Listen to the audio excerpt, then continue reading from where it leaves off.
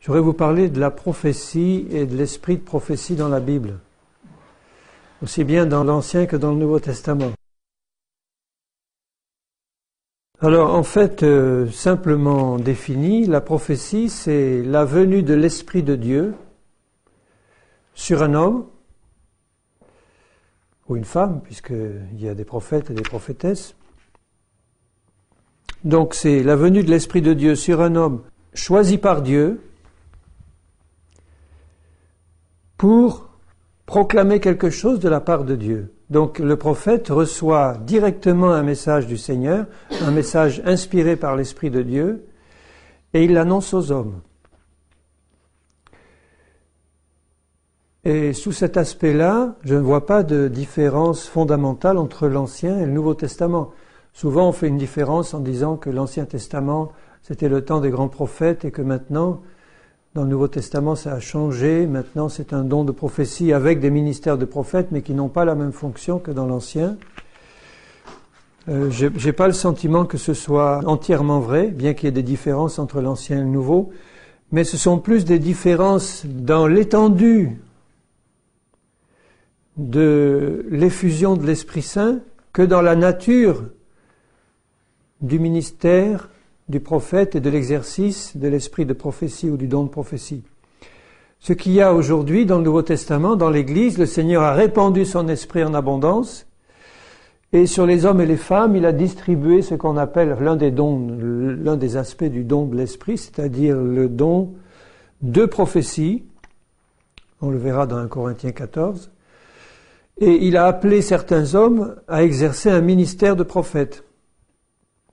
Et dans l'exercice de ce ministère de prophète, je vois à peu près les mêmes caractéristiques que dans les prophètes de l'Ancien Testament en ce qui concerne la nature du ministère.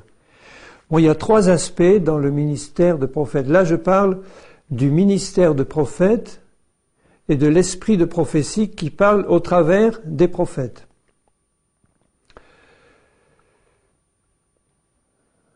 Il y a trois aspects importants. Le prophète proclame la parole du Seigneur. Il la reçoit, alors il la reçoit par révélation directe, par inspiration, par vision, par apparition directe de Dieu, par toutes sortes de moyens choisis par Dieu.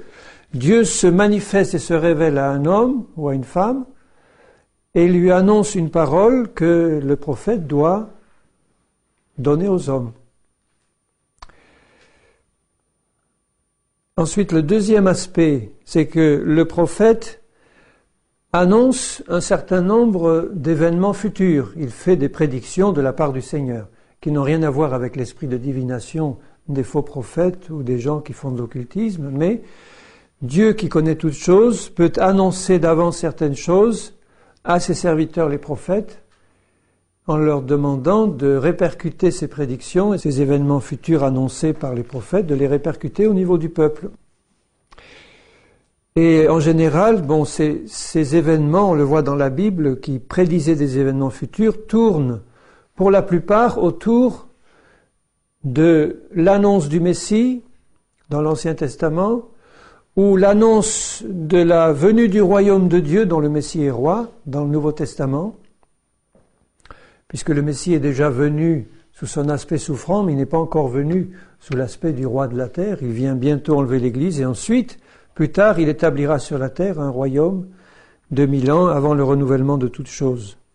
Donc, annoncer des événements futurs dans une perspective messianique ou dans une perspective de salut qui vient ou d'établissement du royaume de Dieu.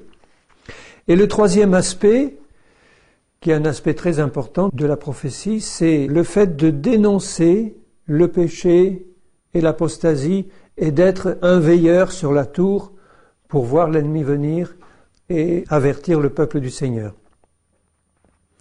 Puisque le fait de proclamer la parole du Seigneur ne nécessite pas forcément une dénonciation des péchés. Le Seigneur peut se servir d'un prophète pour expliquer un certain nombre de choses à un peuple qui marche droit et pour lui donner des révélations du Seigneur. Mais très souvent, les prophètes sont utilisés pour veiller sur la venue de l'apostasie ou la venue du péché au milieu du peuple et ouvrir la bouche pour le dénoncer. Et dans ce dernier aspect, ils ont été évidemment très persécutés parce que les prophètes qui dénoncent le péché et l'apostasie en général ne sont pas très bien reçus. Alors si vous regardez dans le Nouveau Testament ce que le Seigneur appelle dans 1 Corinthiens 14 le don de prophétie, on va tout de suite faire une première différence. On peut exercer le don de prophétie sans avoir un ministère de prophète. Dans 1 Corinthiens 14, il est dit au verset 3, « Celui qui prophétise au contraire parle aux hommes, les édifie, les exhorte, les console. » Bon, vous pouvez avoir là les trois éléments que je viens de définir pour le ministère du prophète, c'est-à-dire parler aux hommes, édifier, exhorter, consoler. Ça peut être donc annoncer la parole du Seigneur, ou donner des événements futurs qui vont arriver, ou dénoncer le péché, puisque dans l'exhortation, il y a aussi un aspect qui consiste à mettre le point sur des choses qui ne vont pas, non pas dans le but de juger et de condamner, mais de relever pour détourner d'un mauvais sentier dans lequel on s'engageait, détourner le peuple de Dieu ou quelqu'un, et l'exhorter à reprendre le droit chemin. Il y a l'aspect édification et consolation qui est directement lié au fait de donner la parole de Dieu et de l'expliquer dans un esprit prophétique. Donc la différence entre le prophète et l'enseignant, le docteur par exemple. Le docteur, lui, est quelqu'un qui va exposer systématiquement la parole de Dieu d'une manière ordonnée, d'une manière systématique. Comme on divise un gâteau en tranches, on fait attention à bien la répartir, on fait attention à la qualité des personnes qui écoutent pour pouvoir bien s'efforcer de vérifier s'il a été bien compris. Le docteur, il explique systématiquement la parole de Dieu, oint du Saint-Esprit pour le faire. Il la clarifie, il veille à ce que le peuple soit nourri avec la parole du Seigneur.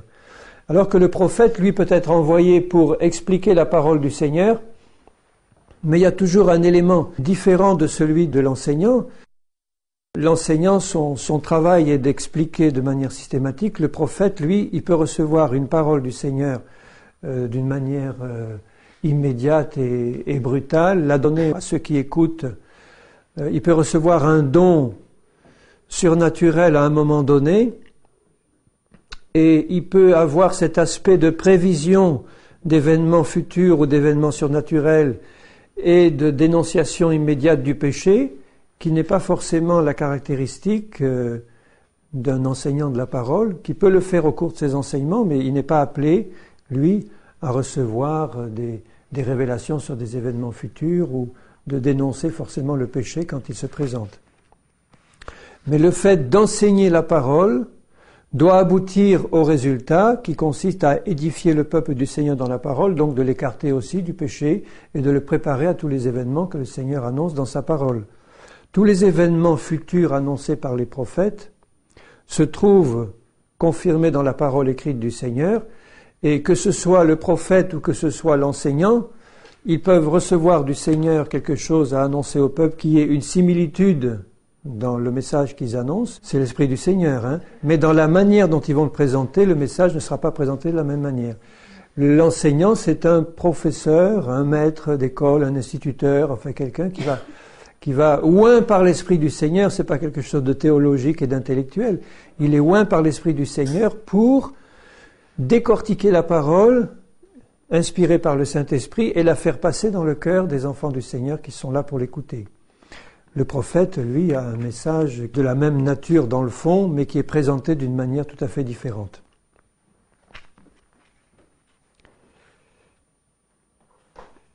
Alors certains prétendent qu'aujourd'hui, les grands ministères ont disparu, que c'était pour le temps du début de l'Église, mais que maintenant, on a finalement comme ministère que des pasteurs et des évangélistes, et que les autres ont plus ou moins disparu, mais c'est faux.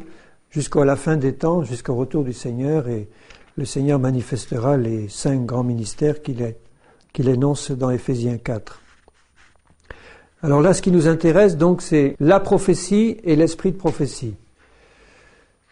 Alors si j'ai eu à cœur d'étudier ça ce soir avec vous, c'est que Satan se sert tout particulièrement des faux prophètes. Il nous a annoncé que dans la fin des temps, il y aurait des faux prophètes qui viendraient, mais il y a aussi des faux docteurs qui viennent, que leur but, c'est, par des moyens surnaturels qui ne sont pas de Dieu, mais qui sont de Satan, d'injecter l'erreur au milieu du peuple du Seigneur, au lieu de lui faire parvenir la vérité du Seigneur.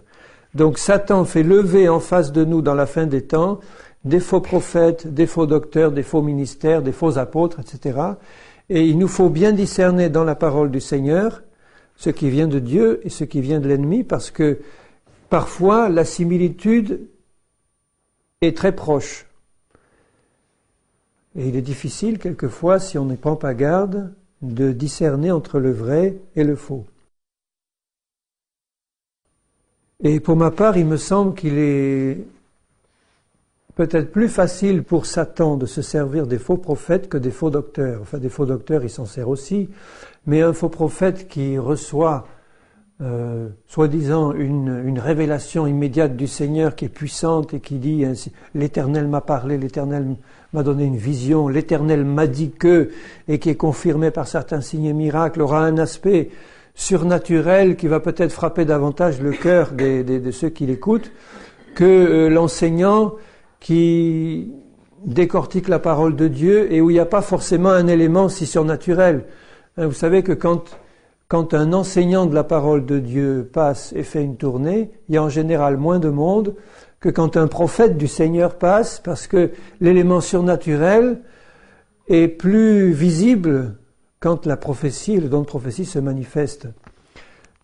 Mais normalement, il devrait y avoir autant de monde chez les uns que chez les autres, parce que le fait d'écouter la parole du Seigneur et de la recevoir dans un cœur honnête et bon est absolument vital pour les enfants du Seigneur. Donc les deux se complètent et ne doivent pas s'opposer.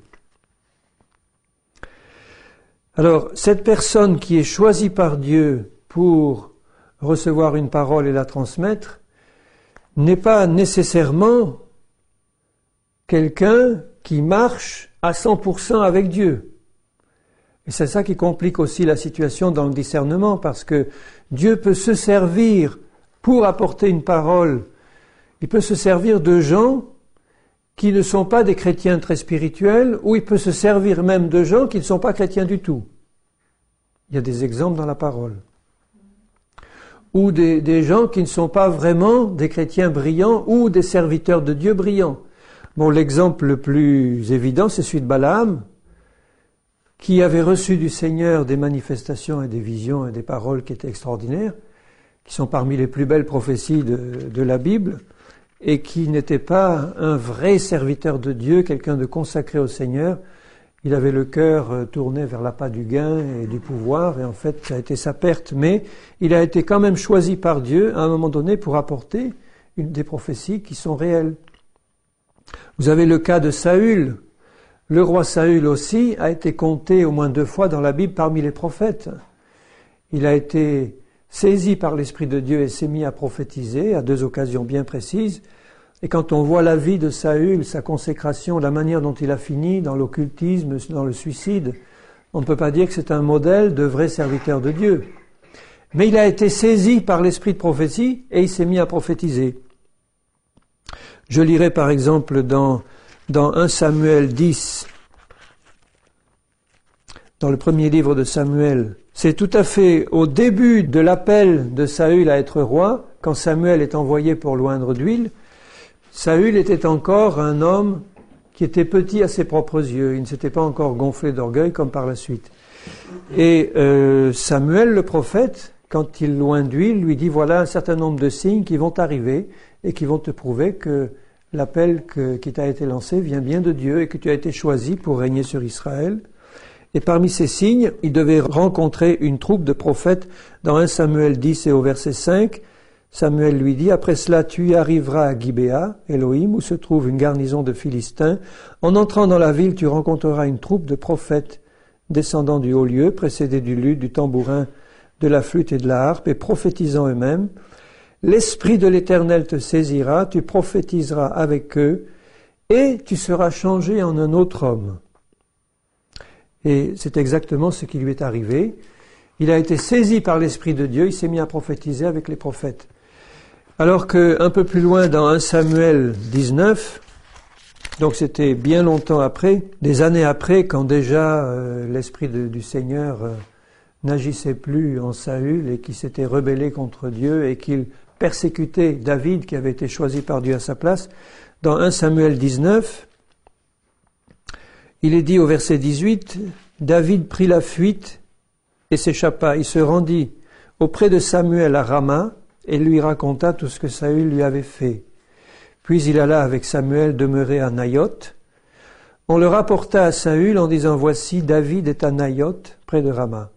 Saül envoya des gens pour prendre David. C'était pas des serviteurs de Dieu, c'était ses soldats, c'était ses serviteurs.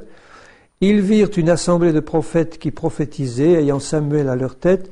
L'Esprit de Dieu saisit les envoyés de Saül, et ils se mirent à prophétiser aussi eux-mêmes. On en fit un rapport à Saül qui envoya d'autres gens, et eux aussi prophétisèrent. Donc ce n'étaient pas des serviteurs de Dieu. Aujourd'hui on dirait que ce n'est même pas des chrétiens. C'était des gens qui étaient envoyés par un méchant roi, qui n'étaient même pas des juifs pieux, qui sont en contact avec une troupe de prophètes et qui sont saisis par l'esprit de prophétie et se mettent à prophétiser.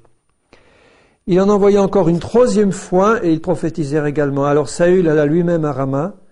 Arrivé à la grande citerne qui est à Sécou, il demanda « Où sont Samuel et David ?» On lui répondit « Ils sont à Naïoth, près de Rama. » Et il se dirigea vers Naïoth, près de Rama. Il n'y allait pas dans un esprit bien disposé pour louer le Seigneur ou pour faire du bien à David. Il y allait pour capturer David. L'Esprit de Dieu fut aussi sur lui. Et Saül continua son chemin en prophétisant jusqu'à son arrivée à Naïoth, près de Rama. Il ôta ses vêtements et il prophétisa aussi devant Samuel. Il se jeta nu par terre tout ce jour-là et toute la nuit. C'est pourquoi l'on dit, Saül est-il aussi parmi les prophètes? Quelquefois, certains se servent de ce passage pour dire, vous voyez, quand l'Esprit de Dieu nous saisit, on est capable de faire n'importe quoi. On peut se dénuder, se rouler par terre pendant un jour et demi, et puis faire des choses comme ça, puisque Dieu est souverain, il fait ce qu'il veut. Mais c'est une manière encore de tordre la parole de Dieu, parce qu'il n'est pas dit que les autres prophètes faisaient ça. Il est dit simplement qu'ils prophétisaient et que Saül, en arrivant, a été d'abord saisi par l'esprit de prophétie, l'esprit du Seigneur, et s'est mis à prophétiser, et que ensuite il s'est dévêtu et il s'est jeté nu par terre tout le jour et la nuit. Mais ce n'était pas le comportement normal des prophètes. C'était le comportement de Saül à ce moment-là, et on peut simplement supposer que comme il s'était écarté de Dieu et qu'il avait le cœur orgueilleux, peut-être que Dieu avait voulu l'humilier par cette expérience humiliante, lui montrer que quand Dieu voulait le saisir par son esprit, il pouvait le faire, mais que lui, n'étant pas un serviteur obéissant, eh bien Dieu l'a humilié par cette expérience-là, puisque pour un roi orgueilleux, être jeté nu à terre et prophétiser un jour et une nuit nus, c'est pas quelque chose de très glorieux. Et dans Matthieu 7, 22, dans la bouche même de Jésus, plusieurs me diront en ce jour-là, Seigneur, Seigneur, n'avons-nous pas prophétisé par ton nom? N'avons-nous pas chassé des démons par ton nom? N'avons-nous pas fait beaucoup de miracles par ton nom? Alors je leur dirai ouvertement, je ne vous ai jamais connu. Retirez-vous de moi, vous qui commettez l'iniquité. Donc ce n'étaient pas des chrétiens, ils n'ont jamais été connus du Seigneur, c'était des faux chrétiens qui ont prophétisé au nom du Seigneur. Il ne dit pas le Seigneur que ces prophéties étaient de fausses prophéties. Les miracles qui ont été faits non plus, c'est simplement le fait de gens qui ont été saisis par l'esprit de prophétie du Seigneur, c'est ce que je pense, tout en ayant une vie, comme Saül ou d'autres, qui n'étaient pas du tout à la gloire de Dieu, et qui ont été saisis à ce moment-là pour donner une prophétie. Donc vous voyez que la situation n'est pas simple. Vous pouvez avoir de vrais serviteurs de Dieu, qui ont une prophétie, qui sont saisis par l'esprit de prophétie et qui apportent vraiment une parole qui vient vraiment du Seigneur. Vous pouvez avoir des gens qui ne sont pas des vrais serviteurs de Dieu et qui apportent une vraie parole de l'Éternel. Ou vous pouvez avoir des gens qui ne sont pas du tout des serviteurs de Dieu et qui apportent une fausse parole de l'Éternel, dite au nom de l'Éternel, mais qui en fait n'est pas vraiment donnée au nom de Dieu et qui est une fausse parole de Dieu. Tous les cas sont possibles. Vous pouvez avoir le cas aussi de vrais serviteurs de Dieu qui apportent une vraie parole de Dieu et qui, à un moment donné, mélangent à cette vraie parole quelque chose qui est de la chair ou quelque chose qui n'est pas tout à fait dans la parole du Seigneur. C'est pour ça qu'il est écrit que les autres qui écoutent fassent le tri, prennent ce qui est bon et laissent ce qui est mauvais. Ça veut dire qu'il peut y avoir quelquefois, d'une manière involontaire ou d'une manière qui n'était pas voulue par l'Esprit de Dieu, un mélange. Et qu'il faut vraiment que nous soyons sur nos gardes, parce que tous les cas sont possibles. Alors je dis pas ça pour nous décourager en disant il est impossible d'y voir clair, c'est tellement compliqué, ou ça va me décourager d'exercer ou de demander le don de prophétie parce que on peut se tromper. Eh bien moi je vous dis non, le Seigneur veut que nous soyons des prophètes. Il voudrait que chacun de ses enfants soit des prophètes. Il le dit plusieurs fois dans la parole. Il voudrait que ses enfants soient tous des prophètes. D'ailleurs, Paul dit aux Corinthiens, il dit recherchez les dons spirituels, aspirez aux dons spirituels et surtout à celui de prophétie. Parce que le prophète édifie, console, exhorte, mais avec un don surnaturel qu'il reçoit de Dieu. C'est pas une exhortation simplement pour exhorter, c'est un don surnaturel qui est donné à celui qui exerce le don de prophétie pour édifier, consoler, parler aux hommes, mais de la part de Dieu, et les remettre dans la bonne direction ou les conforter dans la bonne direction qu'ils avaient. Donc le Seigneur désire avant tout que nous soyons animés par l'esprit de prophétie, pour exhorter, consoler, édifier, parler au peuple constamment. Et ce ne sont pas les dangers ou les difficultés qui doivent nous empêcher de chercher à exercer ce don précieux. Et peut-être même à exercer, si Dieu le veut, un ministère de prophète.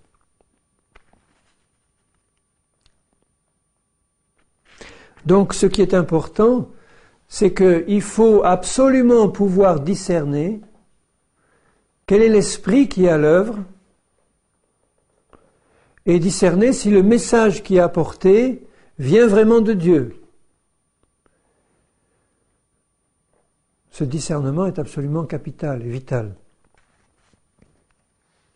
Parce que, en apparence, les manifestations de faux esprits de prophétie ou de faux ministères de prophètes, les manifestations peuvent être semblables.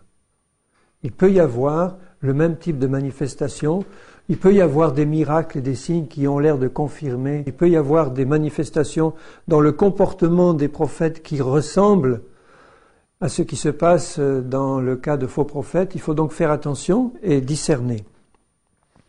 Cependant, il faut quand même rajouter immédiatement que malgré une apparence de similitude, quand on regarde de près, il y a de très grandes différences. Donc il faut appliquer ce que Jésus dit, veiller, prier et demander l'esprit de discernement pour comprendre ce qui est à l'œuvre, puisqu'on ne doit pas juger selon l'apparence, mais selon la réalité qui est derrière. En tout cas, quand on regarde dans la Bible l'exercice du don de prophétie ou le ministère de prophète, on peut se rendre compte que c'est quelque chose de tout à fait unique à la Bible et que dans aucune autre religion, je ne mets pas la Bible sur le même plan que les autres religions, puisque nous ne sommes pas dans une religion, nous sommes dans le Seigneur. Mais je veux dire que nulle part ailleurs, on trouvera l'exercice du don ou de l'esprit de prophétie comme on la voit dans la Bible, parce que nulle part ailleurs, c'est vraiment le Saint-Esprit du Seigneur qui agit au travers des hommes pour parler. Donc c'est quelque chose de tout à fait unique. Les prophètes de l'Ancien ou du Nouveau Testament sont une manifestation unique qu'on ne trouve nulle part ailleurs, et c'est cette unicité qui nous permet, si on l'étudie bien, de reconnaître le vrai du faux.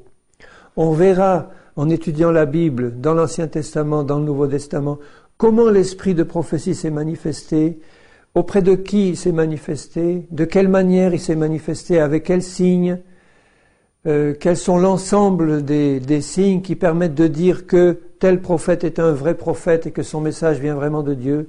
Il y a un certain nombre comme ça de caractéristiques et de signes, j'en ai recensé une dizaine, c'est pas quand même énorme, et si on y prend garde, qu'on veille et qu'on observe et qu'on prend soin de reconnaître si tous ces signes y sont, on verra que le message vient vraiment du Seigneur et qu'on a affaire vraiment à une parole de Dieu qui est pour nous. Et vous pouvez avoir 9 signes qui sont là et un qui manque. Il faut que les 10 soient là. Enfin, les 10 que j'ai recensés. Si vous en trouvez d'autres, tant mieux. Moi, j'en ai trouvé 10.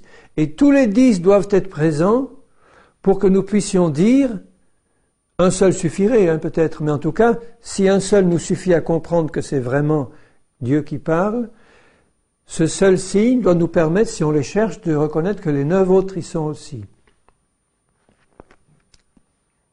Alors que si on a affaire à un faux don de prophétie ou à un faux prophète, qu'il apporte d'ailleurs une vraie parole de Dieu ou une fausse parole, parce que le but des faux prophètes, s'ils apportent une vraie parole de Dieu, ce n'est pas de rester dans la vérité, c'est d'introduire l'erreur quelque part. Donc, ils pourront apporter un jour une vraie parole de Dieu pour donner le change, mais ce qui compte, c'est que dans le fond, leur ministère est appelé à introduire l'erreur. Donc, il faut qu'on puisse reconnaître les vrais des faux.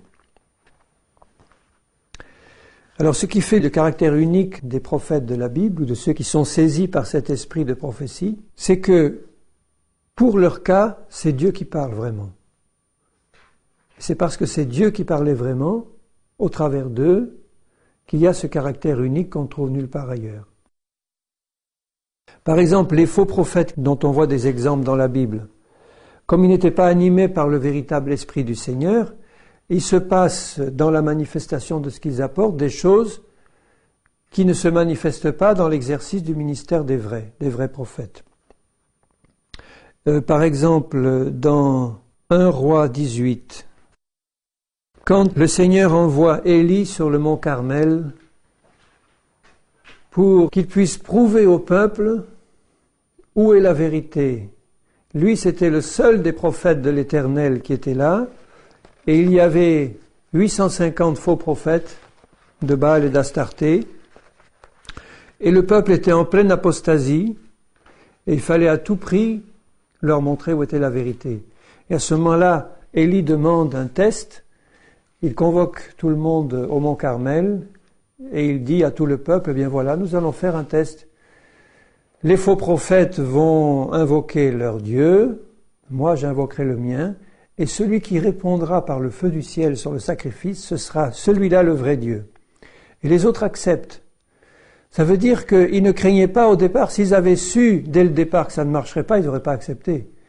Donc ça veut dire qu'ils étaient sûrs que le feu allait descendre parce qu'il avait fait descendre déjà, sûrement.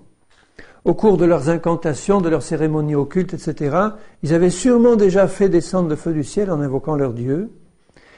Et ils étaient sûrs de leur fait, alors que là, c'était un test pour voir le vrai du faux, et Dieu n'a pas permis que leur feu à eux se manifeste, mais que le sien à lui se manifeste. Mais dans le comportement de ces faux prophètes, il y a quand même des choses qui sont tout à fait particulières et qui ne se manifestent pas dans le comportement d'Élie. Donc à 1 Roi 18, quand ils préparent leur sacrifice, au verset 26, ils prirent le taureau qu'on leur donna et le préparèrent, et ils invoquèrent le nom de Baal depuis le matin jusqu'à midi, en disant « Baal, réponds-nous » comme ils le faisaient auparavant. Mais il n'y eut ni voix ni réponse. Alors que, dans d'autres circonstances, quand ils l'invoquaient, Baal répondait, se manifestait. Et ils sautaient devant l'autel qu'ils avaient fait. Vous voyez, premier comportement anormal, ils commencent à sauter et à avoir un comportement hystérique, excité, parce que leur Dieu ne répond pas.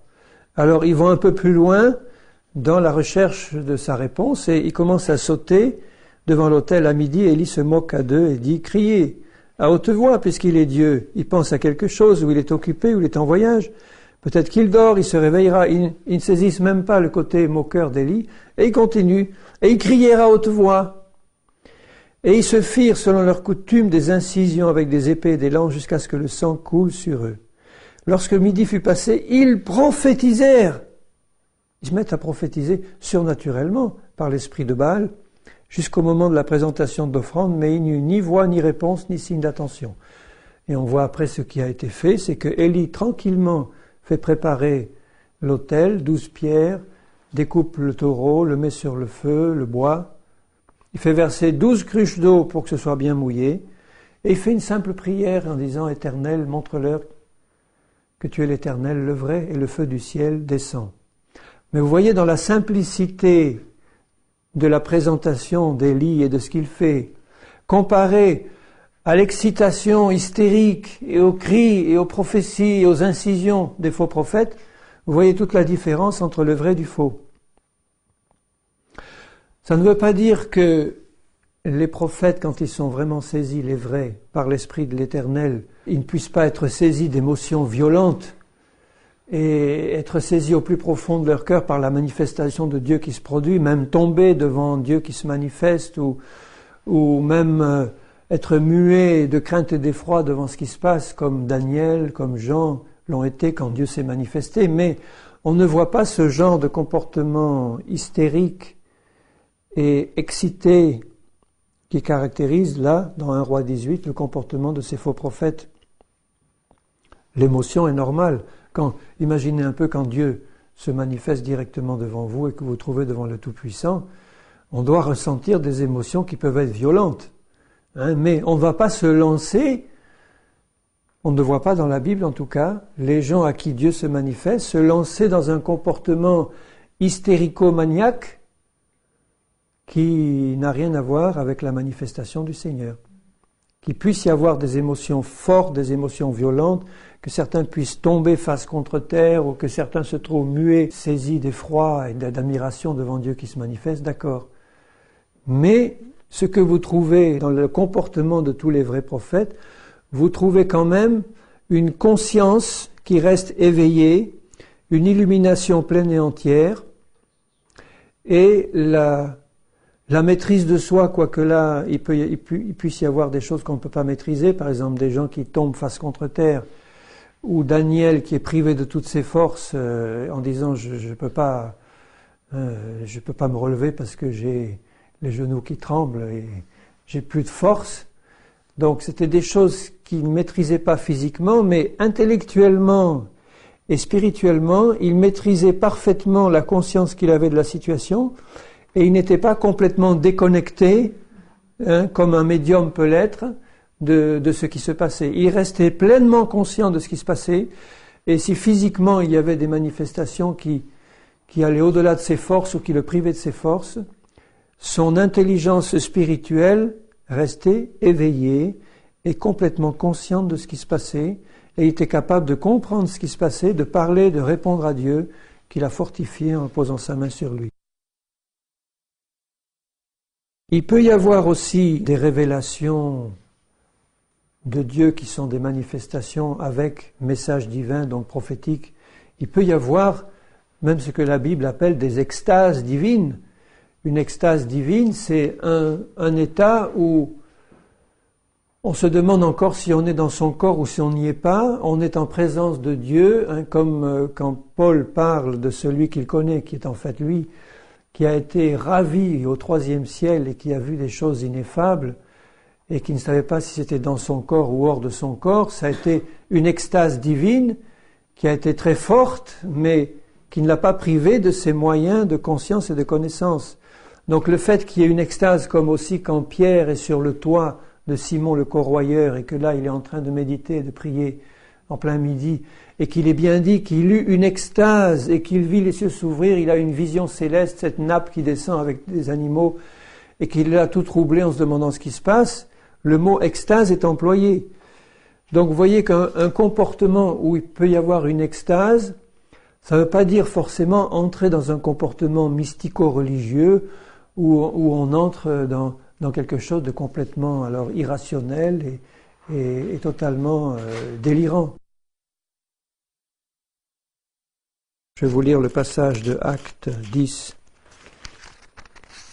et au verset 10, il eut faim, il voulut manger. Donc vous voyez, il n'était pas spécialement en train de chercher une révélation divine. C'est encore une des caractéristiques qu'on peut examiner dans les vrais et les faux, c'est que souvent, dans les vraies révélations du Seigneur, on ne les cherche pas, c'est Dieu qui prend l'initiative. Et dans les fausses révélations, on a un certain nombre de moyens qui, si on les utilise, vont provoquer une intervention surnaturelle quelque part.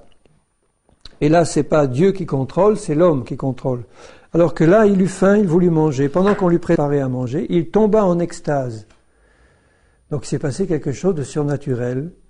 Il vit le ciel ouvert, un objet semblable à une grande nappe attachée par des quatre coins qui descendait et s'abaissait vers la terre. Et une voix lui dit, « Pierre, lève-toi, tue et mange. » Mais Pierre dit, « Non, Seigneur, je n'ai jamais rien mangé de souillé ni d'impur, etc. »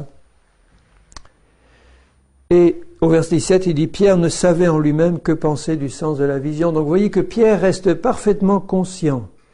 Ses facultés sont absolument pas dérangées. Il est capable de voir ce qui se passe, de raisonner, de parler à Dieu, de lui dire, mais Seigneur, j'ai jamais fait ça, je peux pas le faire, etc. Donc de se poser la question sur ce qu'il a vécu. Ses capacités intellectuelles et spirituelles sont intactes. Il a simplement eu une extase, ça veut dire qu'il a vu le ciel ouvert et il a pu se demander à un moment ce qui se passait. Est-ce que je rêve? Est-ce que je suis dans mon corps ou pas? Qu'est-ce qui se passe?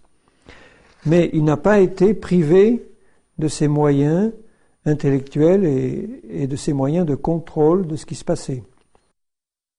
Dans Actes 22, 17, de retour à Jérusalem, c'est Paul qui parle. « Comme je priais dans le temple, je fus ravi en extase et je vis le Seigneur qui me disait « Hâte-toi et sors promptement de Jérusalem parce qu'ils ne recevront pas ton témoignage sur moi. » Et je dis « Seigneur, etc. » Alors il me dit « Va, je t'enverrai vers les nations. » Donc vous voyez une expérience très forte où il voit le ciel ouvert et Jésus lui apparaître. Il est ravi en extase. Bon, comment a été physiquement Paul à ce moment-là? On ne le dit pas, mais enfin il a dû recevoir un choc quand même dans son être de voir le ciel s'ouvrir et Jésus lui apparaître, comme au chemin de Damas où Jésus se manifeste et il tombe par cette illumination qui se présente à lui. Mais en aucun cas là non plus, il n'est privé de sa capacité de réflexion, d'observation de ce qui se passe, de contrôle de soi intellectuel et spirituel, et de pouvoir répondre et parler au Seigneur.